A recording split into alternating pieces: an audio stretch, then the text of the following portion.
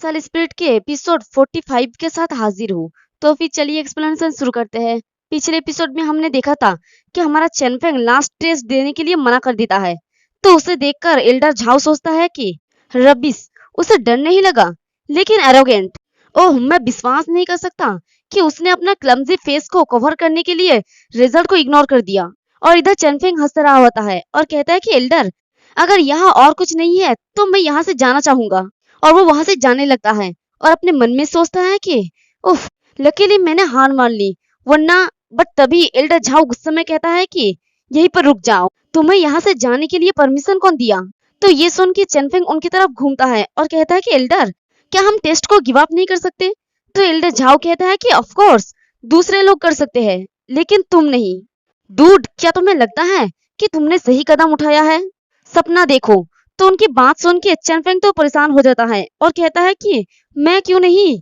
तो इंस्ट्रक्टर गुस्से में कहता है कि क्योंकि मैं चीफ इंस्ट्रक्टर हूँ। वैसे भी तुम जा सकते हो, हालांकि मेरे पास और कोई रास्ता नहीं है, लेकिन मैं चीफ इंस्ट्रक्टर होने के नाते तुम्हें बाहर निकाल दूंगा।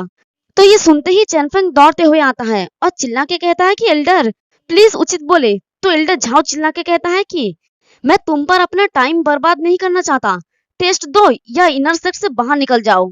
तो ये सुन के तो बेचारा चेनफेंग के पास और कोई रास्ता नहीं होता है और वो अपने मन में कहता है कि मिस्टर झाओ तो बहुत ही जिद्दी है। मैंने तो बस इतना कहा था कि मैं इनर सेट से थोड़ा निराश था और इस तरह मुझे टारगेट बनाया गया। खैर, मेरे पास एग्जामिनेशन एक्सेप्ट करने के अलावा और कोई चॉइस नहीं है, वरना मुझे इनर सेट से बाहर निकाल दिया जाएगा। और वो उस स्टोन प्लेयर के पास जाके पहुंच जाता है और कहता है कि ठीक है, मैं एग्जामिनेशन एक्सेप्ट करता हूँ। तो एल्डर झाओ अपने मन में हंसते हुए कहता है कि डूड, मेरे साथ ट्रिक्स खेलने के लिए तुम अभी भी बहुत यंग हो। तो लू के चमचे हंसते हुए कहता है कि उसे तो देखो, उसने सोचा कि वो हार मानकर अपना फेस बचा सकता है। आखिरकार मिस्टर झाओ ने उसे डांट दिया। मिस्टर झाओ भी उसे शर्मिंदा करना चाहता है, अब उसके पास और कोई बहाना नहीं है। चलो सो देखे।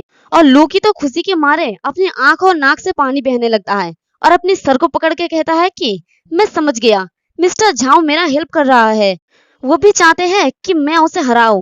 और वो रोने की हालत में ही जोर जोर से हंसते हुए कहता है कि मुझे पूरा यकीन है कि मैं मिस्टर झाओ की फेवरेट डिसाइपल हूँ।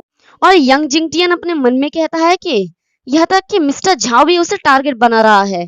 ऐसा लगता है कि जैसे वो सच में गरीब है। खैर, इसे भूल जाओ, चलो फिर शो खत्म करते हैं। और ये मेरा रेन यूजुई को प्रॉमिस है। तो चेनफेंग उस स्टोन के पास पहुंच जाता है और उसे देख के अपने मन में कहता है कि किसी के माइंड को कंट्रोल करना हार्ड है, मुझे सावधान रहना होगा और अपना सीक्रेट को रिवील नहीं करना है, वरना। तभी पीछे से मिस्टर झाओ चिल्ला के कहता है कि तुम वहां पर खड़े किस लिए हो? हिवेनली मॉन्यूमेंट के और घूमो और पीट करके घुटनों के बल बैठ जाओ। तो चेनफेंग बैठ जाता है और कहता है कि उफ, उन्होंने मुझे तैयारी के लिए भी टाइम नहीं दिया।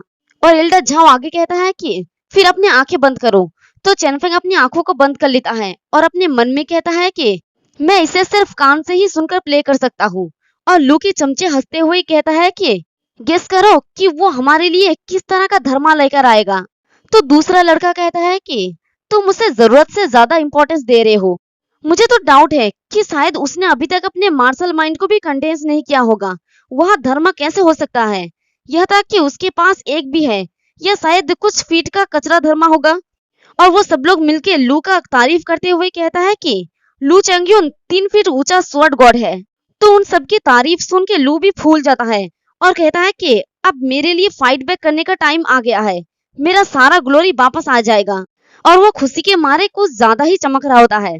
तभी देखते हैं कि हमारा चेनफेंग का धर्मा बॉडी अपीयर हो जाता है, जो 3 सर वाला एक बड़ा सा असुरा होता है। और चेनफेंग भी अपनी धर्मा बॉडी को देख रहा होता है और इधर लू उसकी धर्मा बॉडी को देखकर तो आंखें उसकी बाहर ही निकल आने लगते हैं और चिल्ला के कहता है कि क्या 10 फीट हाइट?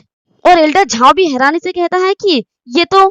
और यंग जिंगटियन भी कहता है कि ये कैसे पॉसिबल हो सकता है? तो लू के चमचे कहने लगता है कि लू चैंगयुन के 3 फीट ऊंचे धर्मा रेडियंस पहले से ही बहुत रेयर है, लेकिन मैंने कभी नहीं सोचा था कि इस बच्चे का ऊंचाई 10 फीट होगा। तो दूसरा लड़का कहता है कि इस बच्चे का माइंड कमजोर नहीं है। तो तीसरा कहता है कि इतना फियर्स और विशेष धर्मा के साथ वो क्लियरली एक सुप्रीम रूथलेस मैन है। वो बच्चा अभी टेस्ट नहीं देना चाहता था, ऐसा नहीं है कि वो बिल्कुल भी डरा हुआ था, बल्कि वो हमें डराना नहीं चाहता था। तो चेनफेंग साइड की तरफ देखते हुए कहता है कि क्या हो रहा है, क्या मेरा सीक्रेट एक्सपोज हो गया? लेकिन तभी वो सामने देख के शॉक्ड हो जाता है और कहता है कि ये तो वहां पर एल्डर झाओ होता है। और वो उस चेनफेंग की तरफ देख के कहता है कि ये ग्रेट असुरा धर्मा बॉडी है। मुझे उम्मीद नहीं था कि तुम्हारा मार्शल माइंड ग्रेट असुरा धर्मा बॉडी होगा। तो ये सुन के चेनफेंग कहता है कि ग्रेट असुरा धर्मा बॉडी ये क्या है? तो एल्डर झाओ कहने लगता है कि मार्शल माइंड बहुत तरह के होते हैं, जिनमें कंपेशन, फेरोसिटी, फ्रीडम और क्रांजी शामिल है। और ग्रेट असुरा धर्मा बॉडी क्रांजी का मास्टर है। इसका मतलब ये है कि तुम न सिर्फ स्ट्रॉन्ग माइंड वाले हो, बल्कि फियर्स और मर्डरस भी हो। तो चेनफेंग का आसपास की एनर्जी डिसअपियर हो जाता है और वो वहां से उठते हुए कहता है कि अच्छा ऐसा है, और अपने मन में सोचता है कि जब तक इसका मेरा अंदर का सीक्रेट से कोई लेना देना नहीं है, तब तक ये कुछ भी हो सकता है, मुझे कोई फर्क नहीं पड़ता। तो एल्डर झाओ चेनफेंग को ग्रेट असुरा धर्मा बॉडी के बारे में बताने लगता है और कहता है कि बच्चे, जो भी ग्रेट असुरा धर्मा बॉडी का ओनर है, वो सभी सबसे पावरफुल पर्सन है जिन्होंने लड़ाई की है, एक एरा पर डोमिनेट किया है और काउंटलेस मरे हुए हड्डियों पर कदम रखे हैं। बच्चे, अपने मार्शल माइंड को निराश मत करो। तो चेनफेंग उनकी बातों को सुनकर कहता है कि बस एक ही एरा पर? तो ये सुन के एल्डर झाओ हंसते हुए कहता है कि ग्रेट, तुम पहले भी मुझसे छिपे रहे हो, अब आखिरकार तुमने अपना एम्बिशन रिवील कर ही दिया है ना? और वो खुश होकर चेनफेंग की पीठ पर जोर से थपथपा के कहता है कि यंग लोगों को ऐसा ही होना चाहिए। अगर तुम एरोगेंट नहीं हो तो तुम यंग नहीं हो।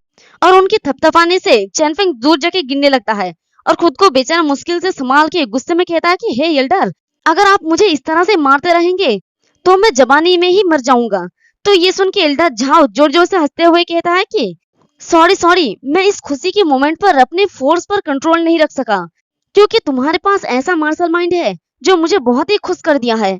तो चेनफेंग गुस्सा दिखा रहा होता है और फिर वो अपने मन में मुस्कुरा के सोचता है कि ये एल्डर एक सच्चा आदमी है। ऐसा लगता है कि वो पहले मुझे टारगेट नहीं बना रहा था। और चेनफेंग की धर्मा बॉडी को देखकर यंग जिंगटियान अपने मन में सोचता है कि मैं विश्वास नहीं कर सकता कि इस बच्चे के पास 10 फीट ऊंचा ग्रेट असुरा धर्मा बॉडी है, जो मेरे मार्शल माइंड से भी ज्यादा स्ट्रॉन्गर है। क्या यही वजह है कि रेन यूजुई ने इस बच्चे के ऊपर मुझे नजर रखने के लिए कहा था? और चेनफेंग की धर्मा बॉडी को देखकर लू घबरा के कहता है कि ग्रेट असुरा धर्मा बॉडी, क्रेंजी मर्डरर्स का मास्टर, ऐसा लगता है कि मैंने किसी रूथलेस को ऑफेंड कर दिया है। तो चेनफेंग के साइड के सभी लड़के चिल्ला के खुश होके कहता है कि ये सही है, क्या उसके पास तुमसे बेहतर मार्शल स्पिरिट, हायरार्की और ब्लड, स्ट्रॉन्गर मेरिडियंस और रूथलेस माइंड नहीं है? और सब लोग चिल्ला चिल्ला के चेनफेंग को कह रहा होता है कि उसके साथ बैटल करो और अपने फिस्ट के साथ उसे एक सबक सिखाओ। तो लू के 4 चमचे गुस्से में कहता है कि चुप हो जाओ। तभी उन लोगों की गाल के ऊपर लू एक जोरदार थप्पड़ लगाता है और चिल्ला के कहता है कि हम कल्टीवेटर्स को अपने पैर जमीन पर रखना चाहिए और रियलिटी को पहचानना चाहिए। मैं सचमुच हार गया हूँ। क्या ये एडमिट करना इतना हार्ड है कि तुम्हारे ओपोनेंट तुमसे ज्यादा स्ट्रॉन्गर है? और इसी के साथ हमारा ये वाला एपिसोड भी खत्म हो जाता है। एक्सप्लेनेशन पसंद आई तो कमेंट करके जरूर बताना। वीडियो को लाइक और चैनल को सब्सक्राइब कर देना। शुक्रिया।